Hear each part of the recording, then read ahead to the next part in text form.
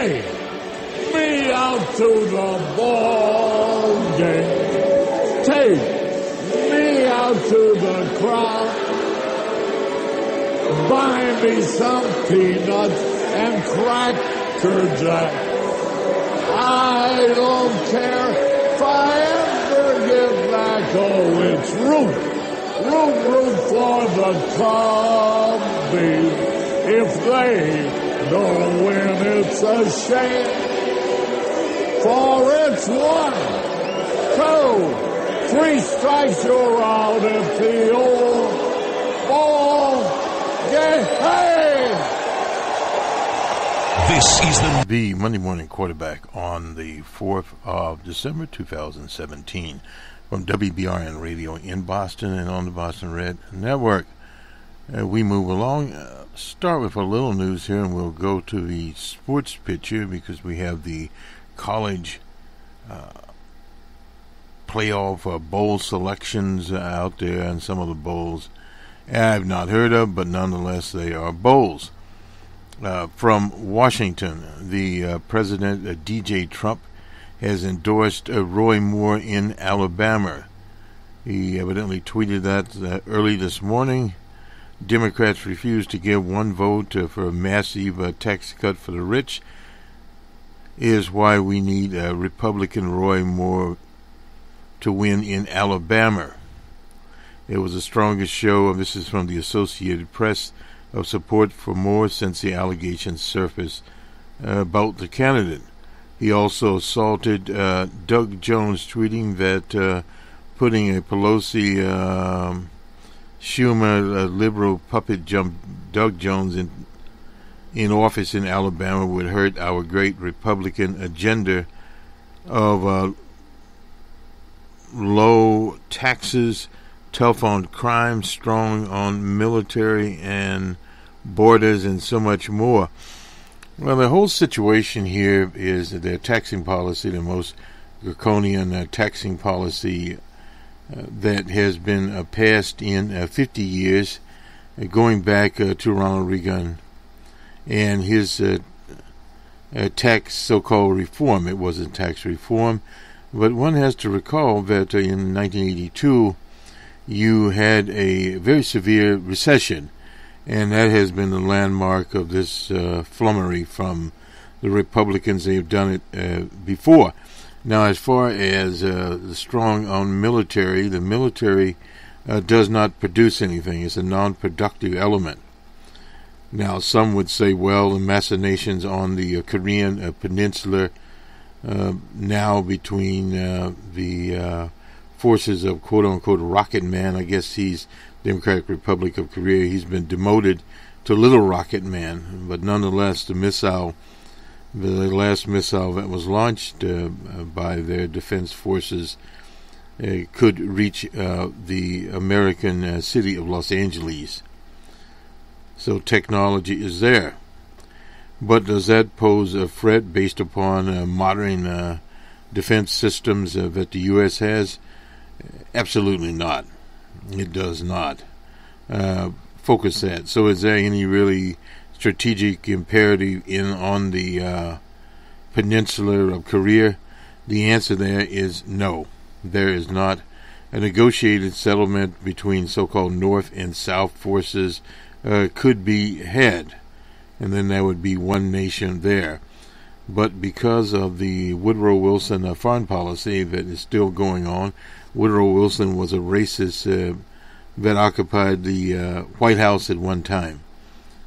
And that foreign policy has extended since the time of Wilson in the 20s to the present date, and it cast an ugly shadow on the U.S. Foreign policy and the colonial or post-colonial, neo-colonial policies of the UK, France, and many of the European nations. There was some reform of that by President Barack Obama, but that is being hashed back. And the reason for that is the military-industrial complex that I like President Eisenhower, who just happened to have been a general at one time in command of Allied forces battling the Nazis. But in this administration, we have Nazis in the administration. So this exemplifies what is going on. In these tweets here, we need this vote on stopping crime, illegal immigration, a border wall, military, pro-life, VA judges, Second Amendment, no to Jones, Pelosi, and Schumer puppet. Well, the whole situation there is that Chuck Schumer, the leader of the Democrats in the Senate, on the tax bill was sidelined, and in the House, Nancy Pelosi has been marginalized. About the only thing she's been able to do lately is start an investigation of John Conyers, the oldest serving member of the House of Representatives, the founder of the Black Caucus, the man that Dr. King himself campaigned for in 1965.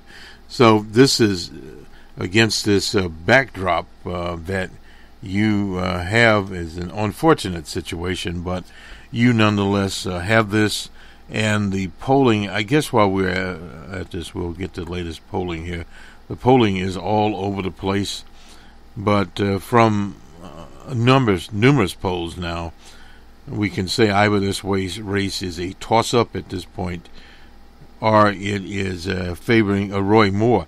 Now, the latest poll out, this is a YouGov poll, which is an internet poll from the CBS News, has Roy Moore up by 6 points. The Washington Post had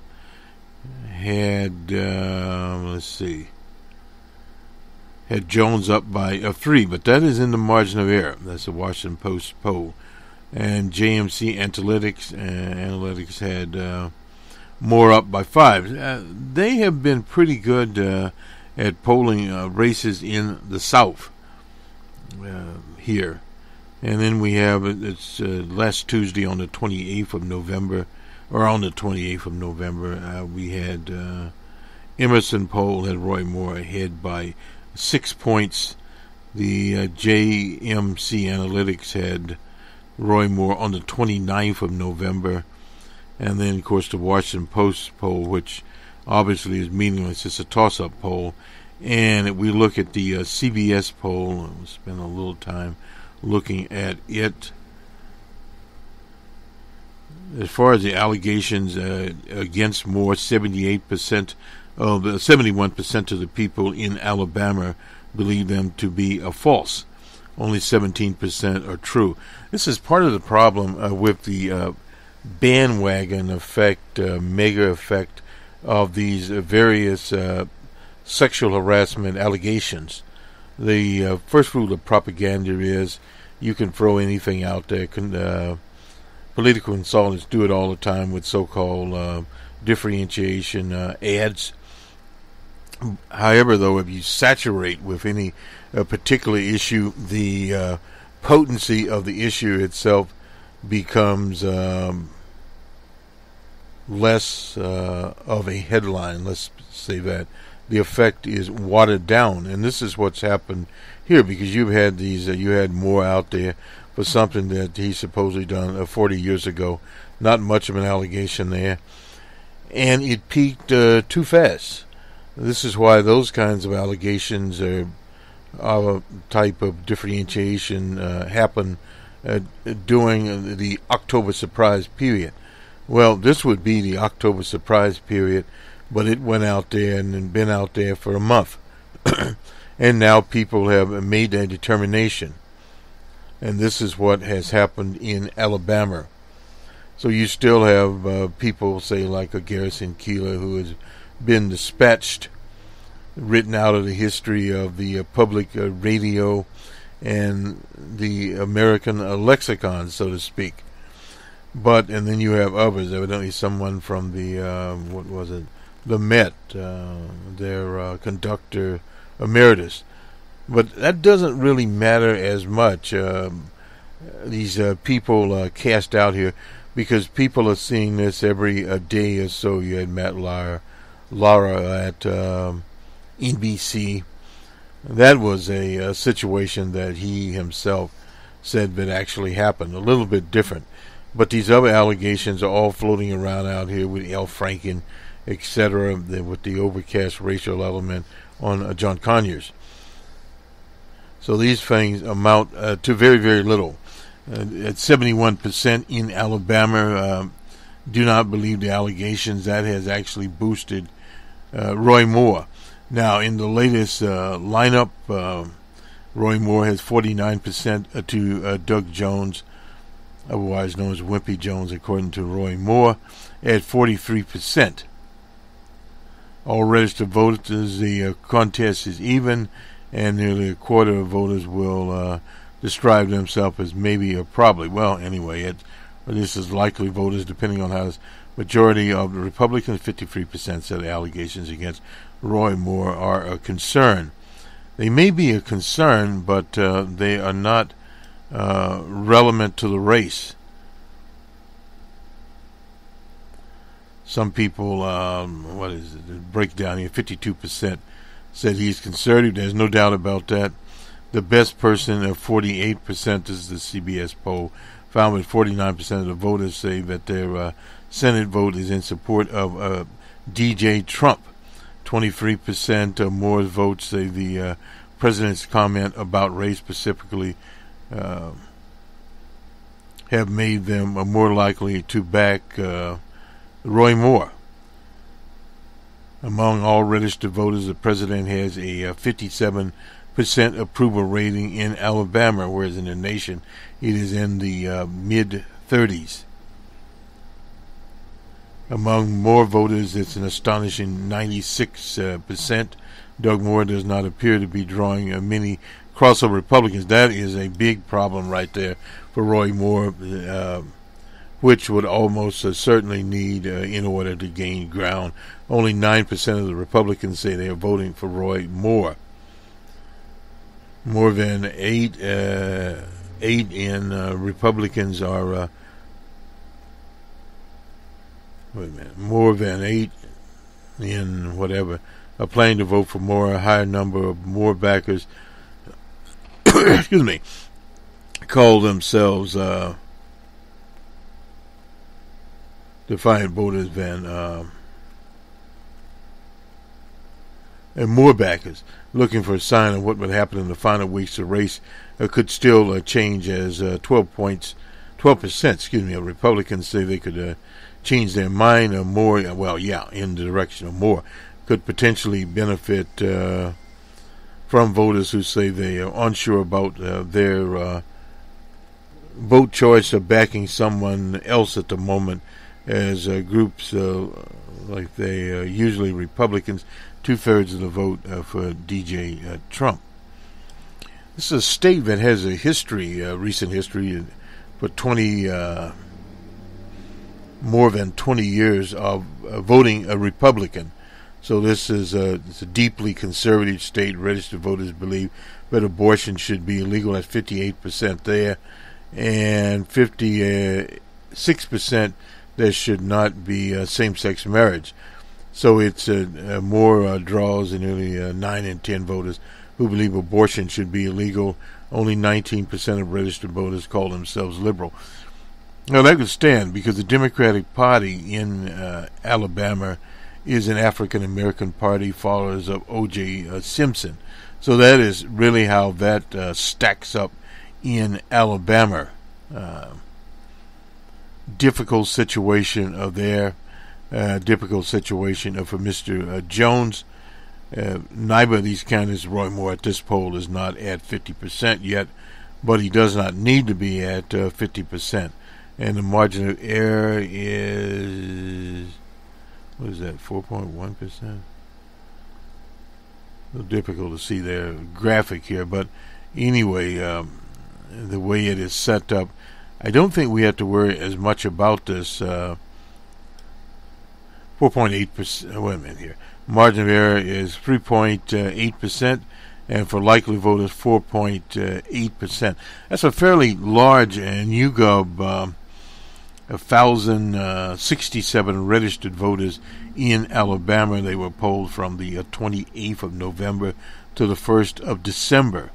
Still a fairly large a margin of error here, and if you apply that in a race, either way could be a toss-up. Now, DJ Trump will be in Pensacola, Florida. That's 20 miles from Mobile, Alabama, on Friday, I believe it is. And so that will be broadcast live on television there. So this last ramp-up for Moore, some of the Lupus Strangelove voters will stick with Moore, and Jones was counting on them. And Jones has been advertising heavily, and the Republicans, this is typically a pattern that the Republicans follow over time. In these races, they're smart enough to save their big advertisement operation until last, and when that happens, they come in with everything they've got. Let me do the scores here, and then we'll do. So incidentally, after we're finished here, there's a panel discussion on Face the Nation on the tax bill primarily, and we'll talk a little about the tax bill here, but it's going for negotiation, so it's kind of up in the air, but we'll point out some things. The Magic were at the Knicks in New York. The Magic 105 to 110. The Warriors were at the Heat. Warriors 123 to 95. The Clippers were at the T-Wolves. T-Wolves 112 to 106 over the Clippers. The Spurs were at the Thunder. Thunder 90 to 87 over the Spurs. And finally here, the Rockets of Houston were in Los Angeles. Rockets 118, Lakers 95. That's the National Basketball Association. Now we'll go to the weekend games on Friday in case you missed it. Stanford and USC. O.J. Simpson's old team. 31 to 28 to score USC. Number 7 Miami and Clemson. Clemson, of course, so on Saturday 38 to 3, a statement I suppose you'd call it there. And number 2 Auburn was beaten by Georgia 28 to 7. TCU and number 3 Oklahoma, they were ranked 11th, 41 to 17. That game started out, TCU was in pretty good shape, but that faded very quickly. And Ohio State, number 8, beat number 4 Wisconsin 27 to 21. And in the second overtime, actually, Memphis and UCF 62, high-scoring game there, 255. And finally, Fresno State, number 25, and Boise State pulled that one out 17 to 14. Now here is the bowl picture and some of the picking 41 winners, including a national champion here. And we'll toil through this. On the 16th of December, the Celebration Bowl, North Carolina A&M and Grambling. That'll be in the Atlanta, the Mercedes-Benz Stadium. North Carolina 38, Grambling A&M, Grambling 27. The Carrier Bowl, that's in New Orleans. Troy and North Texas State. They have Troy State in that one, 24 to 21. Western Kentucky and Georgia State in the Camping World. Good God. Stadium in Orlando, Florida. They favor Western Kentucky. The Las Vegas Bowl, Oregon, the Ducks of Oregon and Boise State in the Sam Boyd Stadium in Las Vegas, Nevada. They have Oregon, close game here, 35, Boise State 32. Marshall versus Colorado State. That'll be in Albuquerque, New Mexico. Colorado State by 41 to 31 over Marshall, Middle Tennessee, and Arkansas State in Montgomery, Alabama.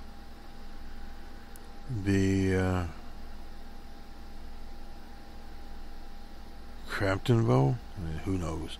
Anyway, Arkansas State 38 to 30 over Middle Tennessee. That is the prediction. the Cherry Tart Boca Raton Bowl. Who is in that thing? Atlantic versus Akron. They're FAU at 45, Akron at 27. Who's going to ball with that bowl? The Frisco Bowl. What the hell that's supposed to be? Anyway, that is at the Toyota Stadium in Frisco, Texas. One more out of SMU, where Free dropped out anyway. Whatever. They favor SMU over Louisiana Tech 35 to 31. The Bad Boy Moore Bowl in Temple versus Florida International.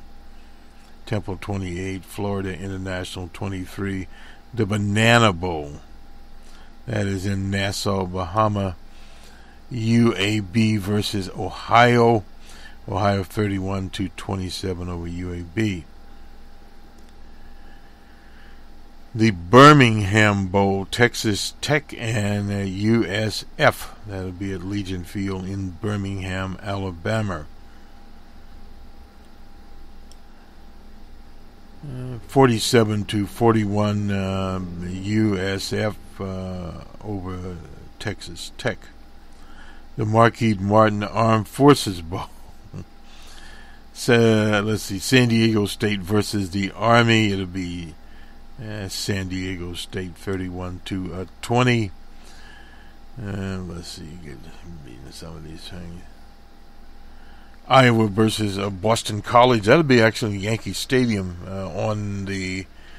I guess I'm giving the dates here. Who is favored there? Iowa 19, Boston College 16. That's December 27th. Southern Miss, Florida State. Florida State 31, Southern Miss 14. We got Iowa and Boston College. We're working our way down here. The Foster Farms Bowl, never heard of them. Arizona versus Purdue. The Boilermakers, Purdue 31, Arizona 35, Arizona 31. The Outdoor Texas Bowl. That'll be Texas and Missouri in Houston, Texas. Missouri 31, Texas 28. On the 28th of December, Norfolk Grumman Bowl. I guess they got one. That's Virginia versus Navy. Navy 21, Virginia 17. The Camping World Bowl. Oh boy. Virginia Tech versus Oklahoma State. Prediction is State 31, Virginia Tech 29. The Alamo Bowl. Stanford and TCU. That is in San Antonio, Texas.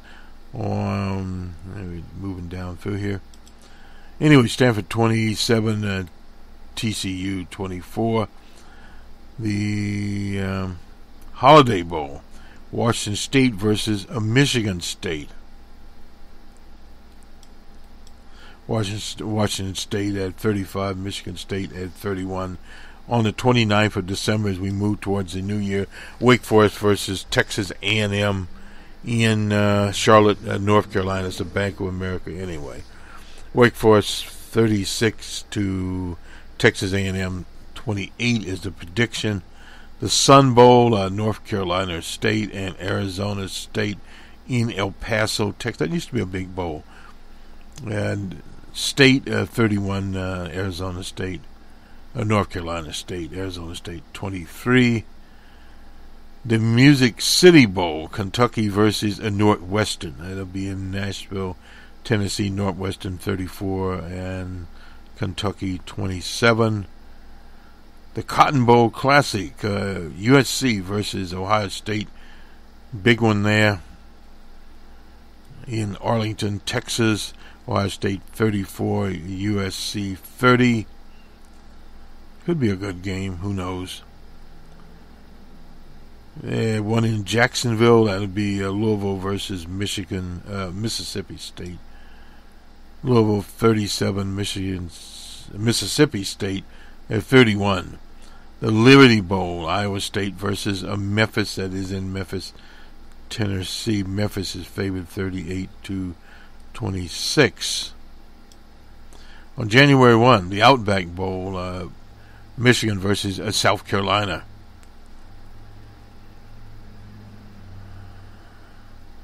Michigan 23, South Carolina 14 in that contest. The Peach Bowl, that's in Atlanta also. Who we have in here? UFC versus Auburn. Auburn beat number 1 Alabama. Auburn 43-33. The Citrus Bowl, Notre Dame versus LSU. LSU 28-24 on January the 1st. Big bowl there. The Rose Bowl, Georgia versus number 2 Oklahoma. In, of course, Pasadena, California. Oklahoma is favored there 31-29. That should be an interesting game. And then number 4, the Sugar Bowl, Alabama versus Clemson in the Big Easy, New Orleans. The prediction here is Clemson 27, Bama 24. And on the 8th of January, the national playoff presentation, and it'll be number 1 Clemson versus number 2 Oklahoma. And it'll be in Atlanta also, and they favor actually Clemson 38-30 over number 2 Oklahoma. So that is Clemson knows what it takes to finish the job, and so they say most complete team, whatever. Anyway, it'll be Christian Watkins. It'll be an interesting situation that will be on the 8th, the National Playoff Championship. So those two are in that, and the fighting will go on as to who is the national champion. But this will declare a national champion by placing number 1 and number 2. Was not Clemson in another bowl also? Anyway, this will be in Atlanta. And, of course, you have the other bowl games also going on here. The Big Bowl, the Sugar. And that Sugar Bowl actually has Alabama and Clemson in it. So I suppose very strange indeed. We'll have more on that later as we roll along. Now let me do our political situation here. We've already looked at Alabama. And we'll restart this thing. Small town Alabama. Well, not much is going on in small town Alabama. This is Ocala, Alabama. A couple of weeks ago, 3 biggest newspapers splashed some editorials. We read some of those. Stand for Decency, reject Roy Moore. That's in Birmingham, Mobile, and Huntsville, all part of the Alabama Media Group. That's who we usually quote from Alabama.com. Some members cheered, some members disagreed enough to cancel their subscriptions. Small town dailies in eastern Alabama, Roy Turner there wouldn't even consider running an editorial. We wouldn't have bullet holes in our windows who grew up in Ocala, not far from the Ocala Auburn News. They have 11 people on the staff, starting with, he started as a curb reporter in the 1980s, came back in 2015 after holding high-ranking editorial posts in New York and in New Mexico. Made a mistake. He said his own staff has mixed views on Roy Moore. For women, say Roy Moore, anyway, we won't get into all that. They have a circulation of 12,000 there. and mindful of how people feel throughout conservative Lee County, named after the butcher Robert E. Lee. Turner wrote an editorial last month calling for Moore to step down as a candidate. It began, the damage is done, and so forth and so on. One of the strongest stance in newspapers taken, this it says, Roy Mayer, publisher of the News, that's owned by Berkshire Hathaway, and group, and does not endorse candidates. Berkshire Hathaway owns a lot of very little small papers. Readers are dying to wool Republicans and church-going Christians who can't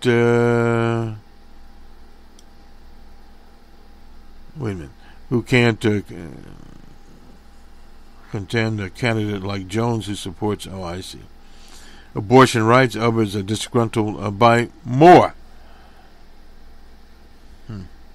People like their character is people tell me, their character is the main issue. That's Richard Duke Massis, the paper's digital coordinator and former top editor of the Tampa Tribune, referring to the online poll.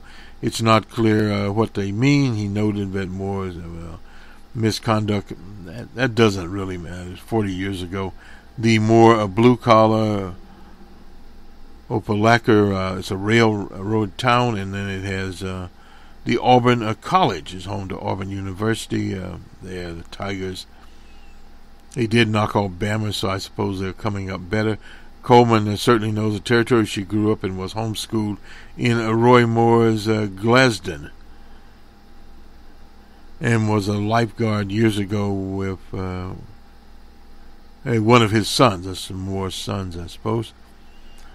Nonetheless, the Coffee Cat, outside the Coffee Cat Cafe near the Auburn, near the campus, some beauty supply person expressed a thought, it seems, even to surprise him, he said, the first time I'm thinking of voting for a Democrat. I disapprove of what you say, but I would defend you to the death, to say it from Voltaire. So, rows of empty desks testify to decline in fortunes of a small newspaper business. Inspirational quotes decorate the wall. The paper's a community advisory board gathered in the room just off the newsroom. Roosevelt, anyway. What you're hearing from neighbors, well, it's sort of mixed there. Whatever happens, the paper will try to reflect its readership, but it wanted to shy away from providing some guidance too. Now, the rest of the country said the sky is blue in Alabama. Alabama would say it is green. That's from Nancy Hawkins. So much for Alabama there. Notice the founder of the Daily Stormer defending himself out in Colorado. A Jewish realtor from Montana is arguing that his actions are... wait a minute, hold on. The founder of a popular neo-Nazi site, which has been taken down, called on his to troll storm a Jewish retailer from Montana, claiming a free speech standpoint. This is Andrew Anglin, I suppose, Anglin, anyway, whatever, in federal court in Montana. This is Tricia Gash, filed a suit against him last spring. That went on, and the local people supported her against him, and local businesses were polluting the environment. Any editorial could rally his readers to write to businesses in protest. The legal team, led by First Amendment lawyer Max Frandazler, wrote in a brief asking for a dismissal lawsuit. If a local business were discriminating against African American customers, the NAACP would exhort its members to send correspondence to them. Conversely, the KKK asked its members to send letters of protest to establishments that treat all races equally. Now, she's from Whitefish, Montana, where she is. sued England in April of this year in detail more than 700 hateful anti-Semitic messages. Merry Christmas, JC Killer, and whatever else they sent out here. And now one actually had death to Tanya. Now that is a threat there, repeated more than 30 times, and the message that came from Satan, your king. Well, anyway, that's...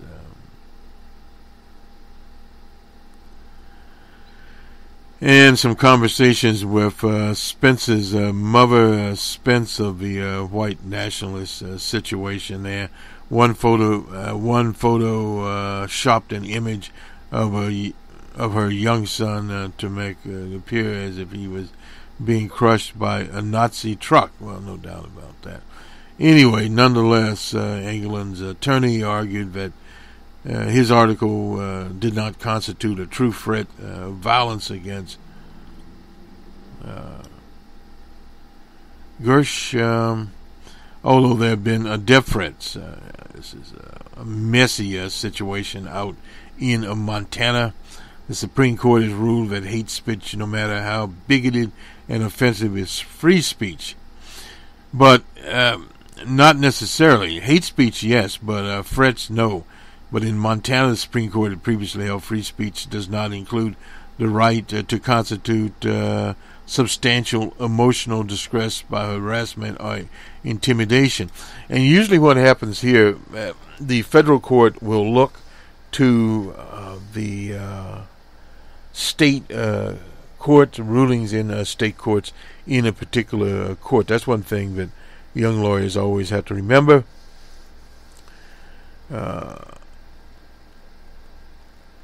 Gersh, I guess that's how you pronounce it, began having a panic attacks. A physician prescribed antidepressants, Valium, and acupuncture. She also began trauma therapy twice a week. So this is for her panic attacks there.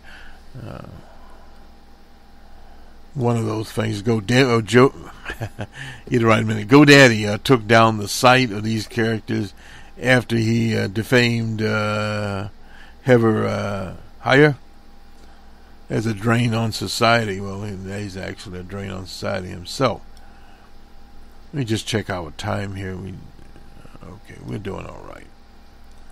Let me get to one other. The reconciliation process now. This is on the tax program between the Senate and the House. Party leaders insist there is no show-stopping difference between the two bills. Each feature a decrease from 35 to 30% of the corporate tax rate. The problem there is most corporations now pay much less than 20% taxes. And if you go to 20, and some down to zero, you go to 20%, they'll even pay less or none. So you get it down to roughly about 10% tax there. The alternative minimum, well, they're dappling with that. Two pieces there. One would eliminate it, one would not. That has been one of their priorities. Negotiation begins.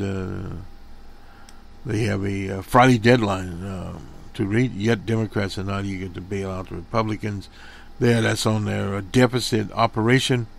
They're trying to get a Santa Claus situation there. We'll be able to get an agreement. That is from Old Man McConnell on ABC this week. I'm very optimistic. Well, decisions are expected to continue throughout the weekend, could coincide as early as next week, drafting a so-called conference report that constitutes the final legislation. Then it must pass each chamber. That's going to be interesting there, what they hammer out. There's been a flurry of complaints in recent days from businesses about the Senate last-minute decision to retain the alternative minimum tax for corporations. Now there are two. There's one on individuals, one on corporations. The Senate bill begins lowering the rate in 2019. The House next year, 2018. That is a major difference there. The House bill only has 4 brackets, the top remaining at 39.6. The Senate bill keeps 7 brackets, rackets, but lowers the top to 38.5. The House bill creates a 5-year family flexibility credit that aims to help families lower their tax bills. The Senate does not have such a measure there. The Senate moved to resolve one sticking point between the two chambers, moving the scale back rather than eliminate entirely deduction for state and local taxes. That was a poison pen put in the Republicans against liberal states and states that want to have a livable environment. And nonetheless, the Senate adopted a compromise. People can deduct up to $10,000 in a property tax. It used to be you could write it all off. The Senate bill also allows all tax cuts for individual families to expire in 2025, a step that was taken to make sure the bill didn't add to the deficit. It will add there. The Bush tax cuts were the same, and most of them didn't expire. We say before, and we say again, if it's good policy, it'll be permanent. Whatever. And Jeff Flake, who is leaving office, agreed to work with him on a solution for the Dreamers. That's a lie. They can go back. And Susan Collins, you hear about this in the CBS portion, about the Alexander Murray bill. But the problem there is it is useless at this point in time. And Trump's a wild card after pushing the corporate tax even lower than 20%. The president unexpectedly suggested, he would accept the rate rising to 22% here. And anyway, the $1.5 trillion tax cut under the GOP plan. So this is basically where they are. They had a similar scheme in North Carolina. And a factory worker here named Henry was talking about it, and it didn't do him any good. He does T-shirts in North Carolina. Haven't produced fiscal clarity that led the Republican legislatures in Kansas to reverse dramatic cuts they passed a few years ago. But nor have they produced a kind of win-win for economic prosperity. It doesn't happen. It ran Kansas bankrupt. This guy does T-shirts. He was put out of business in the early 90s by NAFTA, but he's back in business again. And one day he said he talked to a nearby Elon University type on the campus, some guy named Jason Cox. He that owns several Jimmy John franchises and commercial real estate projects. Cox said, asked whether was any benefit there. He said not really. He said the cost of health insurance and regulations loom larger than taxes. No doubt about it.